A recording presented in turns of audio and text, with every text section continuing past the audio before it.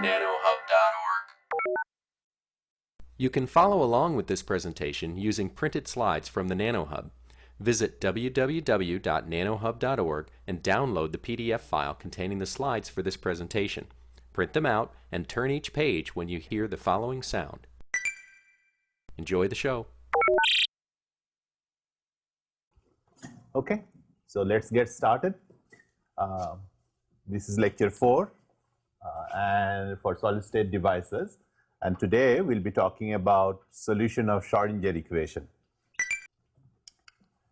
Now there is quite a few topics to cover today, so we'll get started by talking about time independent Schrodinger equation, and we'll see how to frame the solution and understand the algorithm of solving the problems. So I'll take an example and show you how to solve it. The idea is not necessarily that we just focus on that problem per se, but understand the steps or algorithm of solving Schrodinger equation in general form. Now if you remember the original motivation of the problem, in lecture 1 and 2 we talked about the crystal structure, how to count atoms per centimeter cube, that is density. And we found this particular problem, that if we just take the number of electrons and multiply it with the number of atoms, number of electrons per atom, and multiply the density, that doesn't really explain the resistivity of a material. So resistivity of copper versus silicon, you wouldn't really be able to explain it. And what we realized from that discussion, that while all electrons are sort of created equal, but they do not behave equally, and that's understandable. You have heard about valence electrons, which sit very close to the core of the potential, and those of course don't go from hopping from one atom to another. But there are electrons higher up, which essentially can easily travel from one atom to another, and so therefore you understand that these electrons will not contribute equally to the conduction process, and that is exactly the problem that we are trying to solve. And here I am showing again the yellow circles representing the core of the atoms, the nucleus, let's say for silicon, and then on the right hand side the square potential bobbing up and down, that's the idealized representation of the Coulomb potential. Because as you realize, and when the electron is close to the atom, the yellow one, the red circle which is supposed to be the electron, when it's close to the yellow one, then there is a lot of attraction because positive core and the negative electron. So the potential is low. So you can see the square going down. And when you're a little bit farther out, you are not as close, then the potential is somewhat higher. And you can see I have drawn the 3 positions of the electron. One is way down into the square, this periodic potential. You can see that that electron will essentially remain bound to that atom. They are not going to move. These are this 1s state, 2s states. Remember this from your high school chemistry. Those are the states. And I have again shown you one electron which is way up on the top. That essentially doesn't care about what this potential is. It's so far above the ground that essentially that potential variation will not mean much. And in between, of course, this will be a balance of the two. So we'll solve these problems and see how to, what energies the electrons, these respective electrons can sit here, and that will give us the information about how they contribute to the transport problem. So let's start by thinking about the Schrodinger equation. You remember in last class, we derived this simple second order differential equation. On the right hand side, I have the time dependent part, first derivative of time, and on the left hand side, we have a second derivative in terms of position. You realize that had it been a Maxwell's equation, the time derivative on the right hand side would have been a second order equation. So Schrodinger equation is slightly different from the equation of light. And you will be doing a homework based on that. Now let's assume that we are just interested in time independent properties.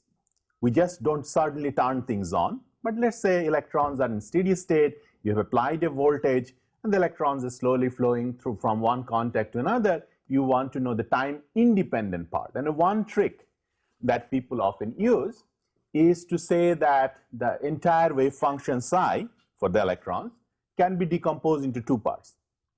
Just the position dependent part, psi of x, which is the small psi, and then the time dependent part is given by e to the power I et divided by h bar. So it's I omega t essentially. That's what you have there. So if I insert this equation insert this substitution on the left hand side, then you should be able to see that this is the result I will have. Do you see this? For example, on the left hand side, you can see when I take the second derivative with respect to position, and I'm not taking any derivative with respect to time, so that e to the power I et by h bar, that the whole thing will come out on the left hand side. And the same is true for u of x. But look at the right hand side, because I am taking a derivative with respect to time now. So therefore, I will pull out a IE divided by h bar in front. And as a result, you can see that this is a pretty simple substitution. And very quickly, you can see that this exponential factor is the same both on left and right hand side. So I take it out. And once I take it out, it becomes this very simple equation, because all the e to the power exponential term, all of them are gone. And I have this simple equation. I can even simplify it a little bit more. Do you see how the simplifications have come about? I have cross multiplied 2m naught divided by h squared throughout with a minus sign. And therefore, the above equation, the equation on the top, becomes the last equation on the bottom. Now, one thing I will say before we start solving all the Schrodinger equation and other things, that many times, when you hear about quantum mechanics, people hear about all sorts of, complicated things, philosophically intrinsic things, that if this electron is here, where is the electron? If one electron is at a given point at a certain time, what happens to the fraction of the electron at some other time? And this set of probabilities and all sorts of popular literature you hear about. We are not going to just here discuss any of those things. For us, this is a simple second order differential equation. We'll learn how to solve it, how to use it, and be done with it. Of course, when you want to use quantum mechanics for your research and other things, you'll have to learn more. But those you will learn much more in your other courses. For this purpose, we'll just simply consider it second order differential equation. Very simple thing. Don't worry about the philosophical implication of quantum mechanics. That's for another course. Okay, so how do I solve this second order differential equation? Pretty simple, because if E, the energy E, and U is the potential, remember that the square potential going up and down. If E is greater than U, then the second term on the right is a positive. And I will call it K. I'll call by definition that whole thing, so that I don't have to write it over and over again. I'll call it K. And this equation becomes simply this. I mean, this equation we have solved a million times before. And the solution is also well known, right? The solution is that generally it is A sine kx plus B cosine kx. Or if you wanted to write it in terms of exponentials, you can write it as A e to the power ikx plus e to the power minus ikx. And this, you know how this come about, this Euler relationship, you use them. You can go from one to another. That's it. So we'll remember this, right? Anytime we see an electron above the potential, we'll directly write this solution. Okay. What about the other case? Electrons cannot always be, yes, go ahead. No, it doesn't need to be a constant. If in this particular case, if U is a constant, then we'll assume K to be a constant. But in general, if U is a variable changing with position, in that case, we'll have to use numerical solution of the Schrodinger equation. And that we'll discuss towards the end of the class.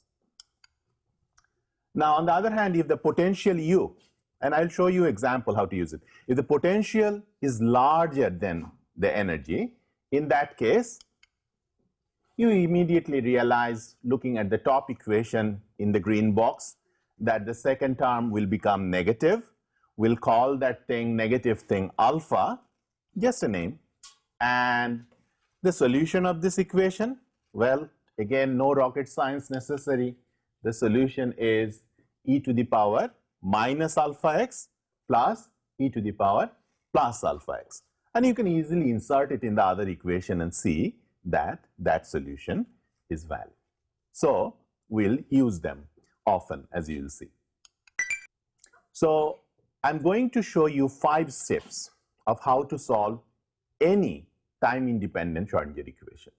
And those 5 steps are, first thing is somebody has to give you the U, the potential, how it's going up and down. Well, how will I get it? For example, if you think about silicon, right? Remember the crystal structure?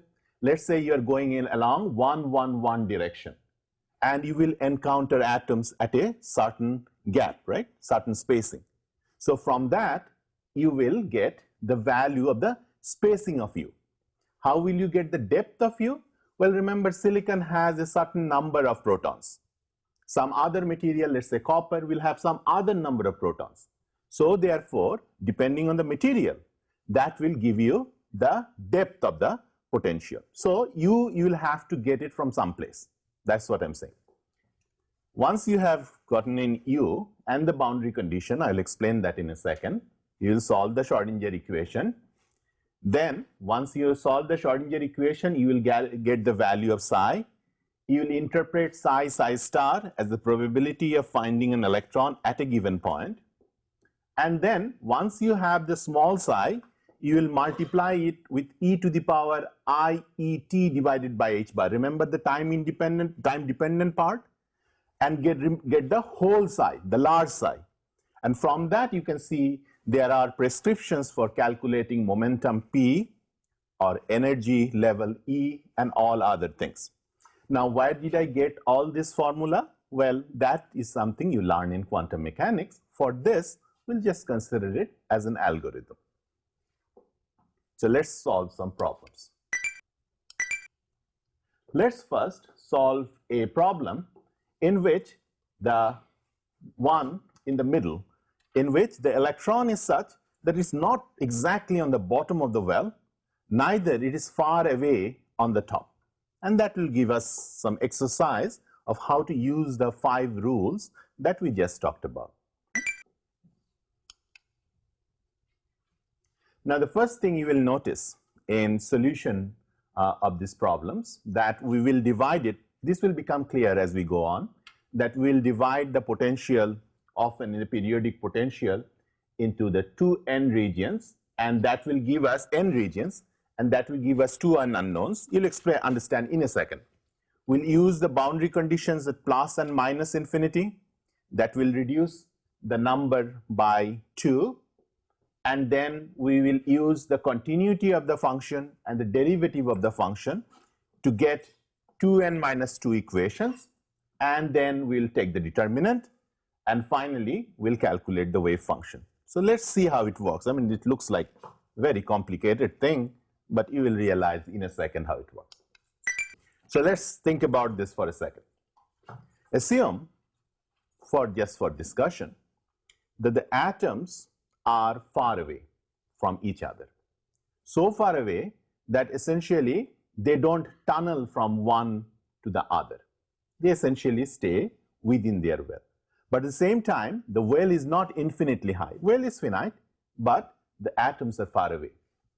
In that case, I can just take one atom itself and solve the Schrodinger equation for that case. For example, I have shown on the top that if I take a box out of it, and that is what I have shown in the bottom as well, and I have reproduced it. The same one from the top, and I have reproduced it in the bottom. Now let's think about it, how to apply the solution methodology. So what was the step 1? Step 1 was that we'll have to solve the Schrodinger equation in various regions. I have 3 regions here. On the left, my energy is below U. Do you see? Because my energy is, U is, let's say, at that point a certain value. My electron energy is below that value. So my solution of that region will be, what should it be? Remember, anytime the energy is below U, then I'm supposed to have e to the power alpha x and e to the power minus alpha x. Remember, 5 minutes ago we just talked about.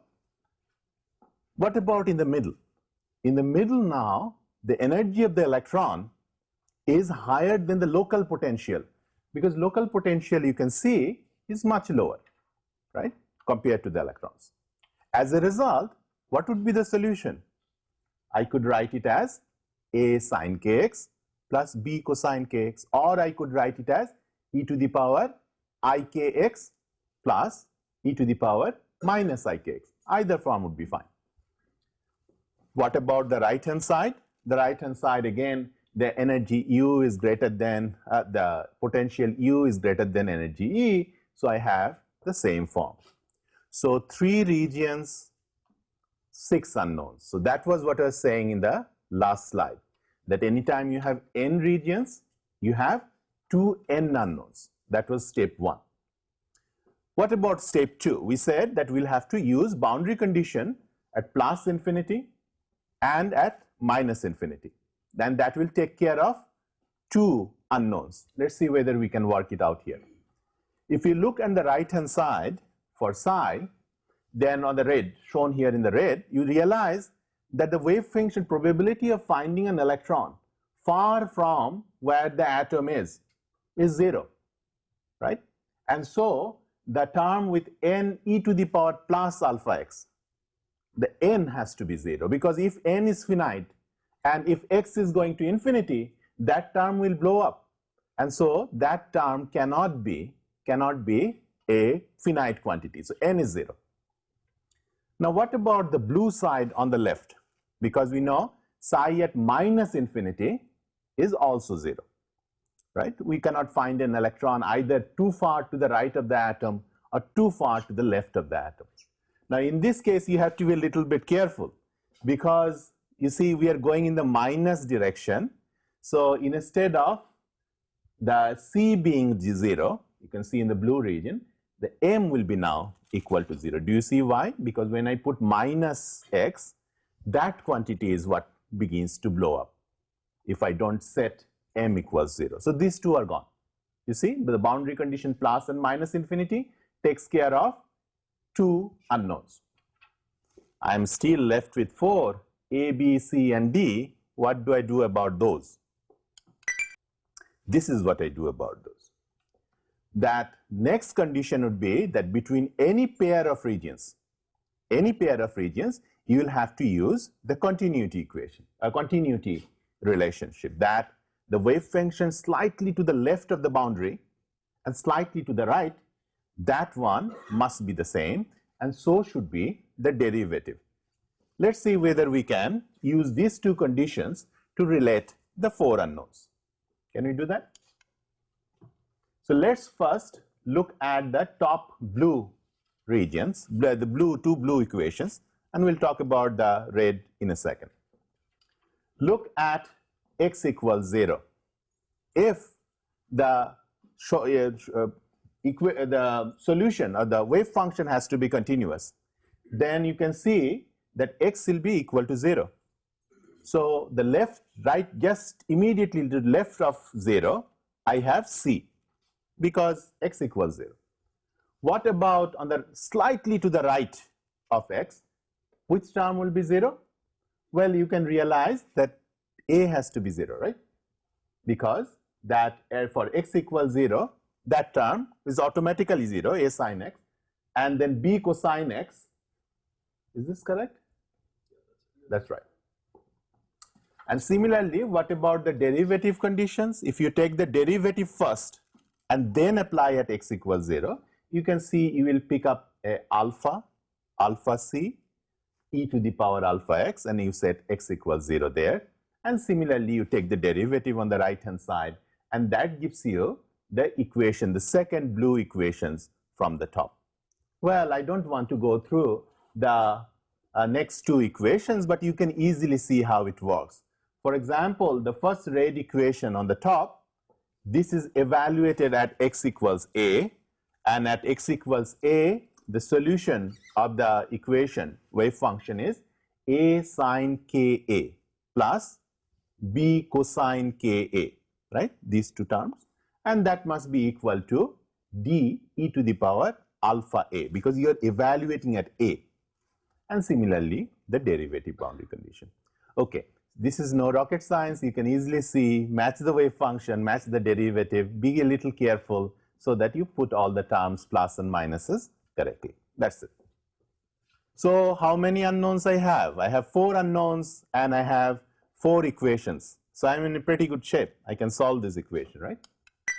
So we will solve this equation. Of course, you can solve it in many ways, but if you remember matrix algebra, generally it's easy to solve it in this particular form. So for example, the C equals B, you can see how I have written it in the matrix form. In the matrix form, I have 1 and minus 1. You can see the vector A, B, C, D on the right hand side. And if you cross multiply, you will see that I have written the first equation on the top of the matrix is B minus C equals 0. That's what is the first equation.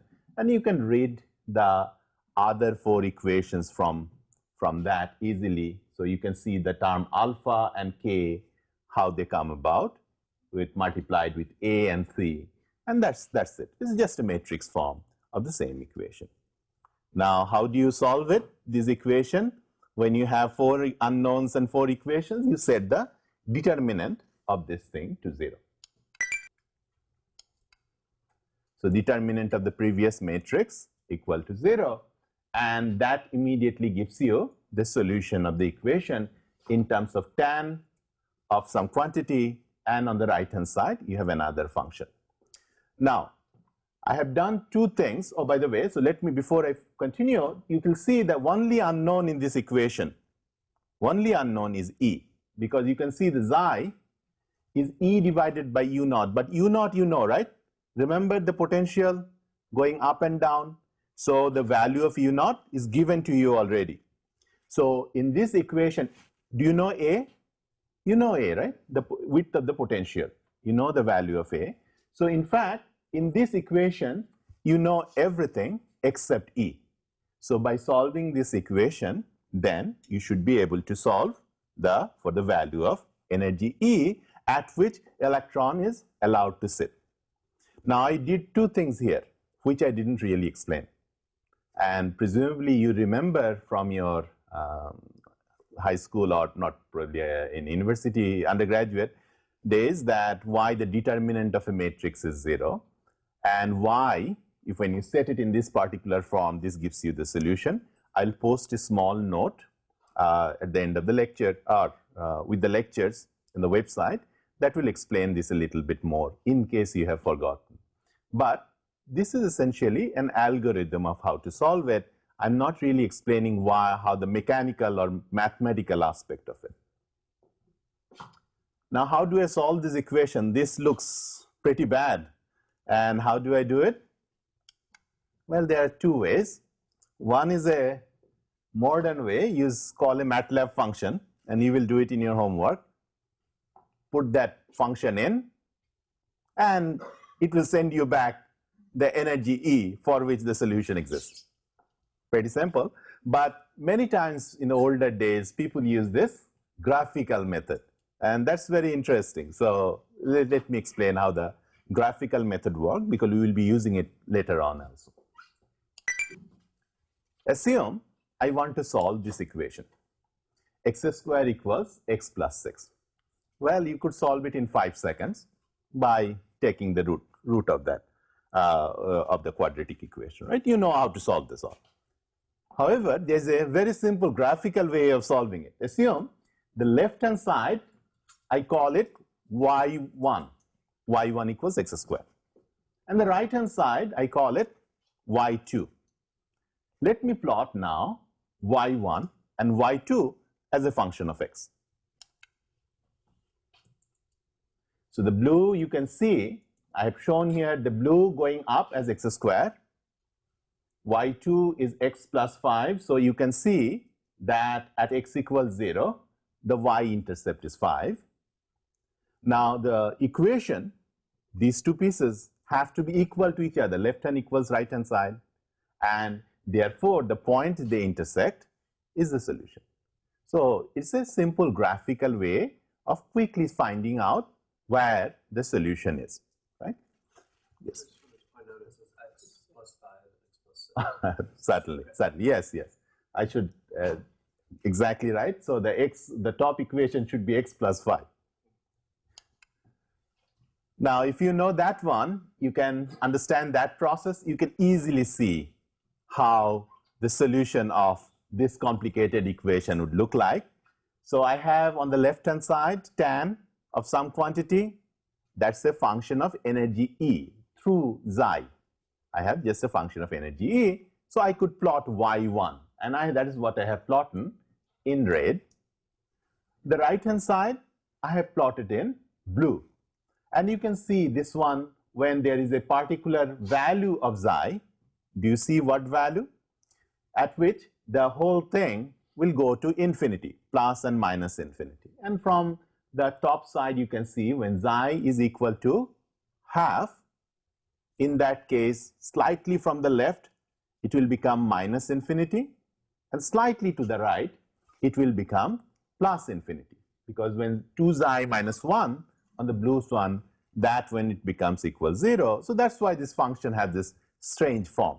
Regardless, you can see the solution is when the red line crosses the blue line. That's the solution. And that one, I will rotate it a little bit, because remember the solution I'm looking for is the energy E, right? That's the solution. So my solution is really in the x-axis. So if I just rotate this 90 degrees, then I can easily read off that energy E, and that's where the electron sits in the quantum well. At energy E, it will sit there. Why it cannot sit below, or neither can it sit above, right? So that is where the energy will sit, and you can easily calculate it graphically. You can see that as soon as the potential is given and the value of A is given, you can draw the blue and the red proportions, and that immediately gives you the value of the bound level.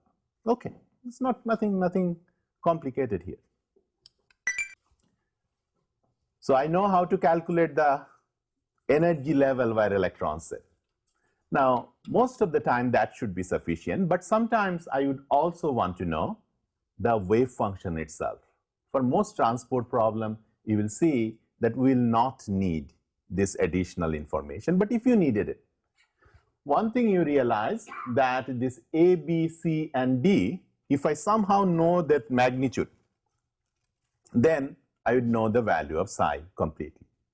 But given that this matrix multiplied by the vector is equal to 0, of course, these are not linearly independent. And so there is no way I can get 4 values out of this.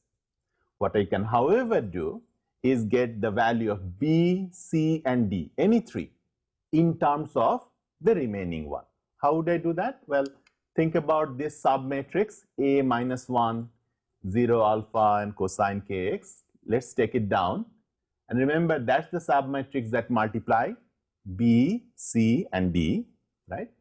And anything that is left out, I take it to the right-hand side. Do you see? Let's talk about the second equation, for example, 0 alpha 0. Now in 0 alpha 0, when I write out the equation, you will see the first term was Ka on the left-hand side. Do you see in the second line, K and A?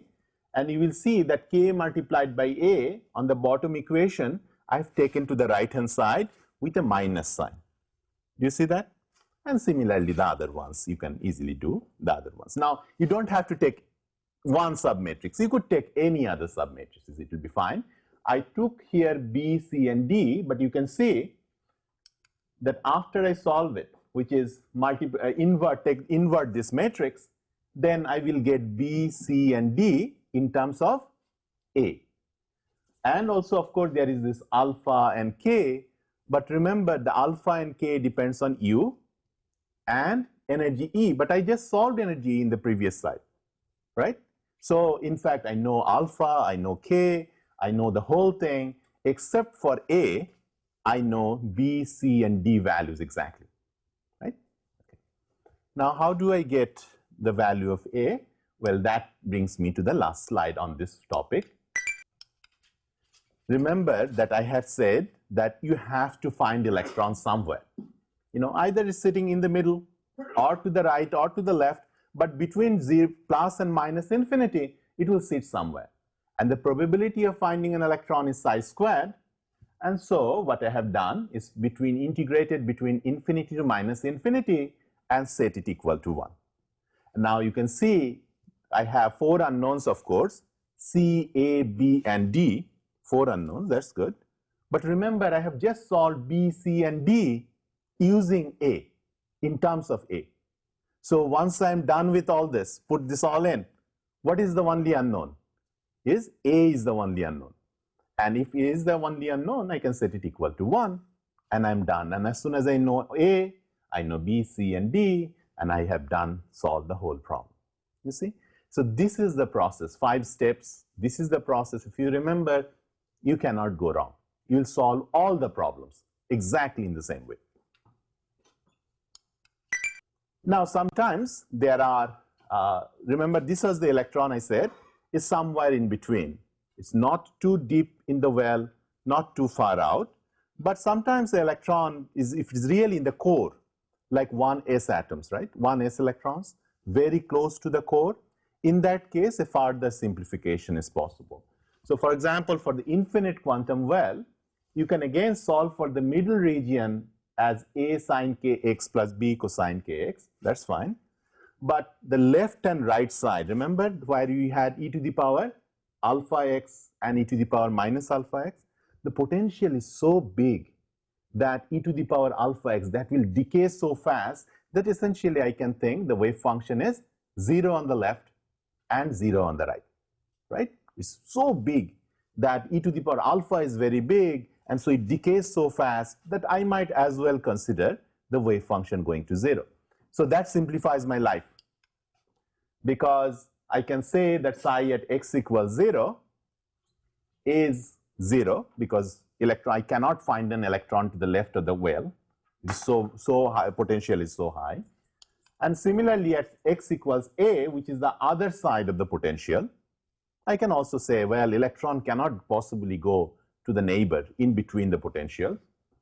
And once I solve these two equations, I can find the energy levels for these bound states. And the energy levels is given by h square n square and pi square 2 m naught a squared. I hope you will check it out. This is a simple solution. Check this out. I will not go through this, but this one is interesting. Do you remember how did the energy level in hydrogen go as a function of n? Do you remember that when I said ENM equals constant bracket of 1 divided by n square, remember, minus 1 divided by m square. Remember, it goes as 1 over n squared as you're going higher and higher in energy. They get closer and closer together. Look at this one. So that was a 3-dimensional hydrogen atom. Look at this one. This one is a 1-dimensional square potential, and here the separations are going more and more because it is going as n squared. So the first level is at 0.1 eV, second one will be at 0.4 eV, next n equals 2. The next one will be at 0.9 eV because n is 3, n square is 9, so 9 times the first level. So you can see the difference between the two. So these 5 steps that I talked about, if you follow them, you cannot possibly go wrong. But if you try to take shortcut, then what will happen that you will solve some problems fine, but often you might get stuck. If I give you a slightly complicated problem, then you might get stuck. Follow the rules, you will be fine. And this problem, you might think that this is not a very recent problem. After all this have been discussed about 100 years ago. Actually not. This is a paper I took from Science. It's a very prestigious journal from 2006. Here people are talking about if you have silicon and then you put the silver on top of it, then you can use the same formulation I talked about a few minutes ago to calculate where the electrons sit. Now, I have not explained where the potential diagram comes from. By the end of the course, you will be able to solve all this problem. But for now, what I want you to focus on is this. Look at the rate potential. You can see there is a region equal to a square potential sort of, and also a triangular region. You can see the various levels at 1, 2, 3, 4, and 5. And you can see the energy levels are not getting separated as n squared because this is not a rectangular quantum well. The triangular region is widening, and so it doesn't follow the previous rule, of course. But this is a problem one can solve analytically. It's a very easy problem to solve, and presumably, I'm not sure, I may have assigned a homework on this, so you can take a look. But another problem, which anybody who are using this computer today, I mean, all of your computer, essentially suffers or not suffers, is based on this principle on the right-hand figure. I told you about silicon dioxide. Remember that amorphous region and silicon, the well-ordered region, and I had 3 regions, remember? Silicon, silicon dioxide, and polycrystalline. Do you remember from before? And in that case also, what we'll see that between silicon and silicon dioxide, to the right-hand side, you have a potential well, shown here almost like a parabolic structure, and again, you have these bound levels. And you will solve it exactly the same way I told you about, that you will get this potential and then follow the rules, and you will get these bound levels. And in fact, this is very important. That tells you how many electrons there are available for conduction, and as a result, you can calculate whether your Pentium is going to have a certain speed or not, right? So these problems are not theoretical problems, very practical day-to-day problems. Okay, so we'll talk briefly about bound versus tunneling states. So this has been our last topic.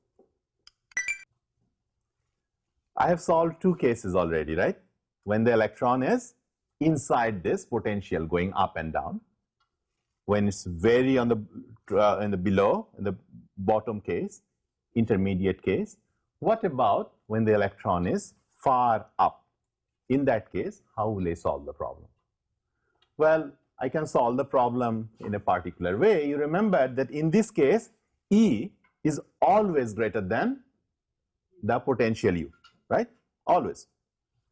And moreover, this is so far up that I do not even see the potential variation too much. It is like when you are in the aeroplane and trying to look down on the building. Whether the building is going down by 500 feet up and down, when you are in 35,000 feet or 45,000 feet, you don't really care. You can assume that the land is flat and then solve for the problem. So here, I'll assume U to be essentially equal to 0 because I'm so far up. And if I assume U to be 0 for a particular value of energy E, I can easily solve this problem. Sine kx plus cosine kx, or the other form, which is a little bit easier to do, e to the power ikx, or minus e to the power minus ikx. You know, these 2 solutions.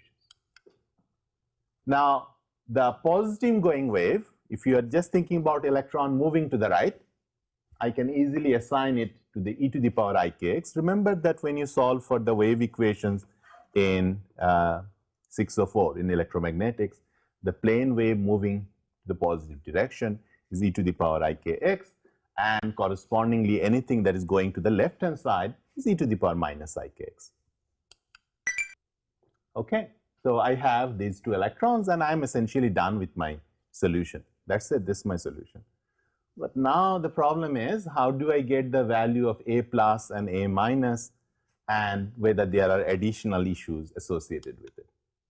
So I will get the value of the Schrodinger equation in a similar way, and if I wanted to calculate momentum, you can see that if I insert a e to the power ikx, use this relationship psi star, how do I get psi star?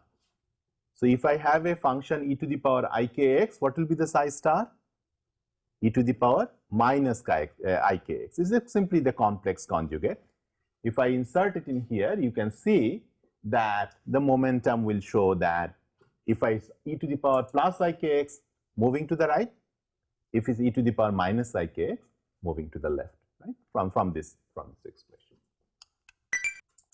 Now let's come down from the lofty height to somewhere a little closer to the ground, still above the potential, but not way up, so I can see the variation. In this case, of course, I can see the variation. So in these three regions that I have, remember that anytime I have n region, I'll have to solve individual functions in these three regions, in this n regions. So I have these three regions, so I write the solution in these three respective three regions. But the distinction is that now all three regions are above the potential. So therefore, my solutions are all e to the power ikx and e to the power minus ikx form, right? So I have those three solutions. Now let's say the electron is coming from the left. Electron is coming from the left. What will happen that in the first interface at x equals 0, a fraction of them will get reflected, a fraction of them will get transmitted, just like light. When you have light coming from one side, on let's say incident on glass, a fraction of gets reflected and a fraction get transmitted. Similarly, on the next surface, similarly a fraction will get reflected, a fraction will get transmitted. But what about the right hand side? Once it gets transmitted, right, then it's not going to come back. It's going to keep going because there's nothing reflecting it back, right, to the right hand side, if it is coming from the left. If it is never comes back, then what should be the value of n? Because it is not coming back. So the value of n has to be 0 because it is supposed to be the component which comes back. You see, had you started from the right hand side, then in that case, the value of c should have been 0 because once it starts going to the left, it is not going to come back, right? So depending on the situation, you will take one of them out. And correspondingly, you will match the boundary conditions, right, at x equals 0 and x equals a. But now you have a problem because if you match the boundary conditions at each interface, you have two interfaces. You will get 4 equations. How many unknowns do you have here? You have 5 unknowns here. Remember in the previous case, I had psi equals 0 at infinity and psi equals 0 at minus infinity. Took care of 2 of the boundary conditions. Here, I have been able to take out just 1. And therefore, I am left, I cannot solve this problem exactly, right? I cannot have an eigenvalue problem. And so there is no bound levels, no eigenvalues, because I cannot set the determinant equal to 0 with 5 unknowns. And what I can do, the maximum I can do, is to express everything in terms of one unknown.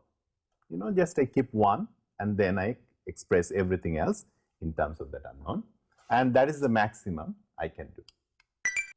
And again, this is a problem, and this you'll do in homework on it. You know, all this seems a little abstract unless you sit down and solve a particular problem. You will do problems in MATLAB and also in NanoHub.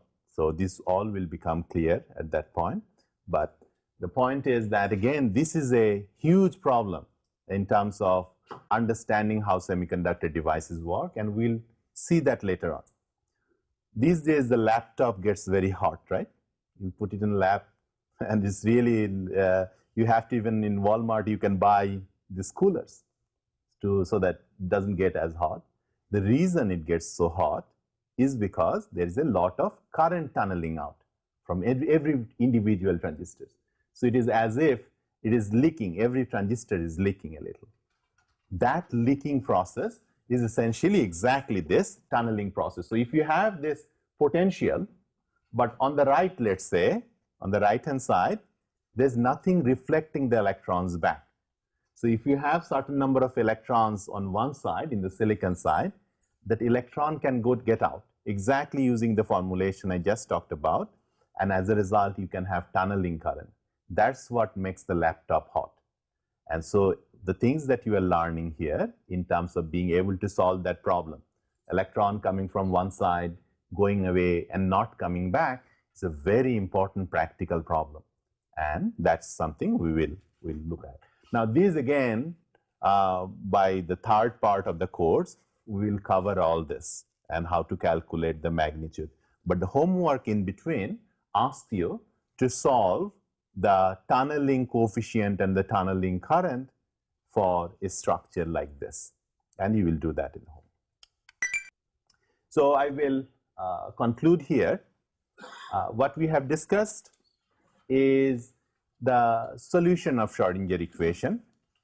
Now, these are analytical solutions, and as I mentioned, that in this one, the way we have solved this particular problem, it assumes that the potential is piecewise constant. So that in a given region, I can write the solution either in terms of sin x, cosine x, or in terms of e to the power alpha x plus e to the power minus alpha x if the energy is below. And in this piecewise region, constant region, then I stitch things up, stitch the solutions up at every boundary, and then use the boundary condition plus infinity and minus infinity to pull them everything together. Remember, psi square equals 1. That helps me to also pin down the wave function. So eigenvalues, where the electrons sit, and the wave functions, all those come out. Now, if it is more complicated, it's varying up and down all the time, then of course you cannot use this analytical method. Computers are much better than us in solving that type of problem. I will show you in the beginning of next class that the continuation of this lecture is how to solve the problem numerically, and you will also solve the problem numerically in your homework. But given those two, numerical and analytical, you are in good shape. Any potential you are given, any potential, you can always calculate where the electrons will sit, whether they are moving at a certain velocity or not, and as a result, how they contribute to the conduction process, you see. So that's the goal we are going for. This is all intermediate steps.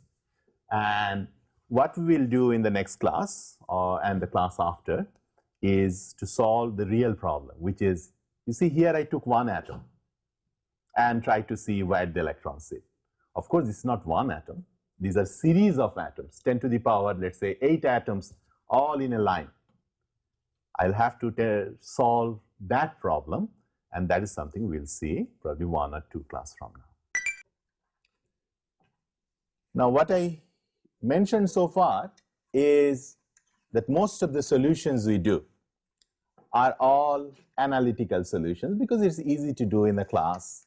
And this is how historically things had been done, because in old days, I'm talking about 1940s, they didn't have a big computer like you do. So in that case, doing analytical work is the only right way of approaching the problem. But these days, of course, we have computers, and therefore we can solve many more complicated problems. And I want to show you how to solve the Schrodinger equation, not analytically. Remember the 5 steps we had about putting boundary conditions and matching. It's not that, but numerically how to solve it on your computer so that you can solve complicated problems quickly. Consider I have a complicated band. The ux is not piecewise constant, becoming a rectangle up and down. After all, that was an idealization. Now the question is, how would you solve the Schrodinger equation in this particular case? You can see that this could be complicated in principle, analytically at least, because you can see if you look at the k values, sometimes the energy level E is above U, so k is greater than 0. Sometimes it is below 0, so the k is there's a decaying solution, and in general a complicated mess. how do I solve for these things?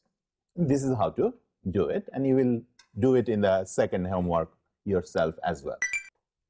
Assume first that you have a ux, the potential ux. Somebody has given it to you.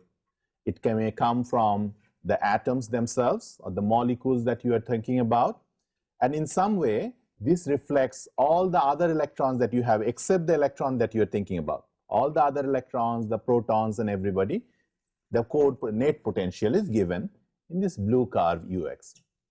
Let's divide the space of this in x space, let's say one dimension, into n plus 1 points. So let's say the whole dimension distance is 20 angstrom, and let's say I divide it in 20 pieces. So each piece is about an angstrom. I can do that, and you can immediately see that therefore I can specify that at that point, at that node, what the potential is. Let's say it's 3.1 eV, and the next one, let's say 2.8 eV, and so on and so forth. I can specify that. Now let me assume that although I do not know the solution of this equation, but whatever the solution is, I just sketch it out in the rate curve, and whatever it is, of course I can write that value to be in the third node as psi 3 or psi 1, psi 2, psi 3. These are still unknowns to me, but of course in principle I could say that I know the values at this point. If I do, then you can see this is very easy because it's a continuous function, the rate curve. It is very easy to relate psi 3 to its two neighbors, psi 2 and psi 4. How? By simply Taylor series expansion, and this is how. That let's say x naught is the third node point, x naught plus a is the fourth node point, and I could easily expand the solution because it's a continuous curve in terms of the fourth node point, in terms of the third node point, and you know the Taylor series expansion. The first derivative multiplied by a, the second derivative multiplied by a square over 2. A is the lattice spacing, or I have sometimes used p. So it's the same thing. I could relate the third one to the solution of the second one. I do not know them values, but I could always write it. Now if I do a sum, you see something very nice will happen, because when I do the sum, then you can see that the sum on the left hand side is obvious, but the first derivative, because they have opposite sign, they will disappear, right?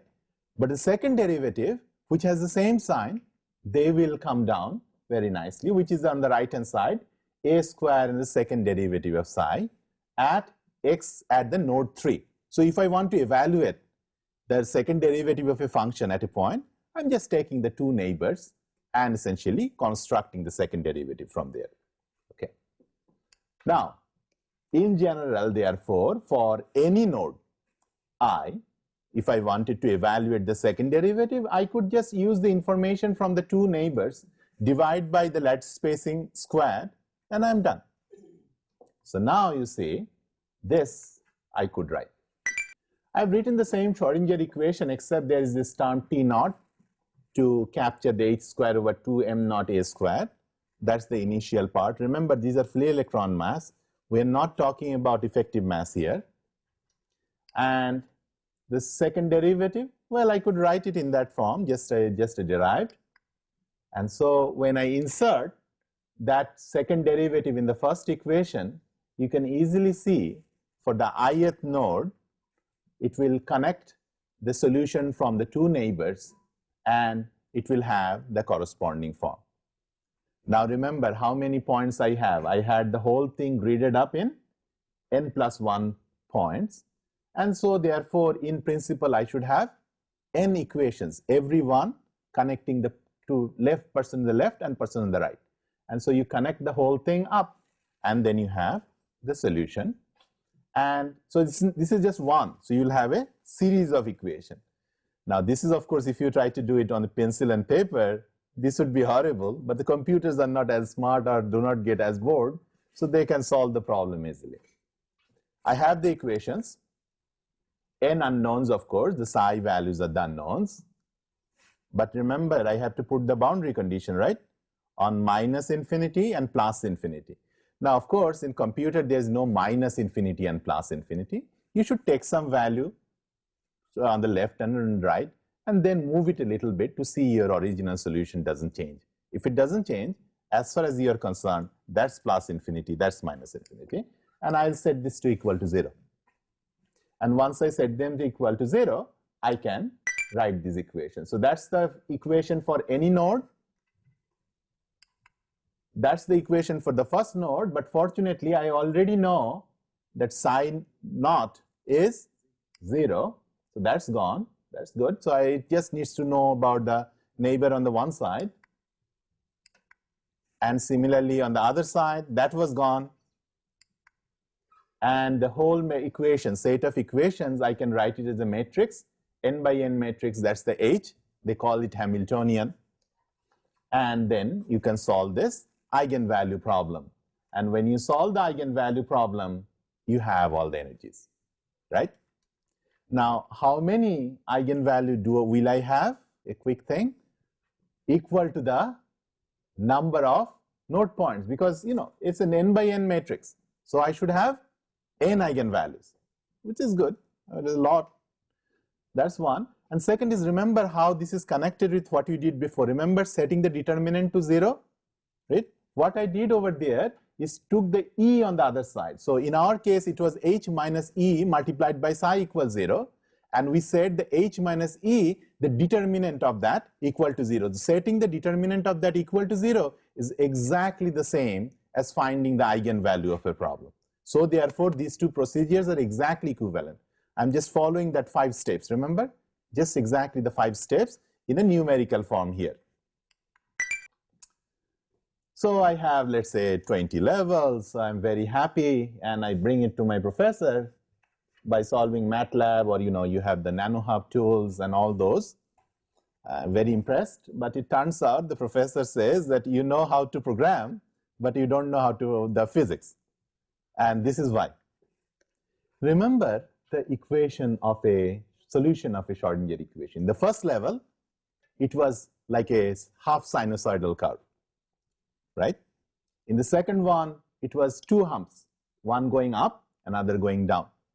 So each of the solutions actually had a certain number of nodes. The first one, 0 node, the second one, 1, 0 crossing, and so on and so forth. Now think about the 20th one. The 20th one will have 19, 0 crossing, let's say, going up and down, let's say. Now, of course, that will have a lot of energy. It's really going up and down very fast. And that's way up there. Now, when the energy is way up there on the top, remember my boundary condition. My wave function was supposed to go to 0 at minus infinity and plus infinity. Think about the wave function on the top that you have just calculated. Of course, for that one, it is not going to 0. In computer, it is going to 0 because you put by hand a hard boundary where you said wave function has to be 0 on that first node. So what has happened in that process in the computer, what you just did, you didn't not only solve this potential, but on x equals 0, you put an infinite potential up, forcing the wave function to be 0. Therefore, all these spurious solutions above you came about because you put an artificial boundary condition.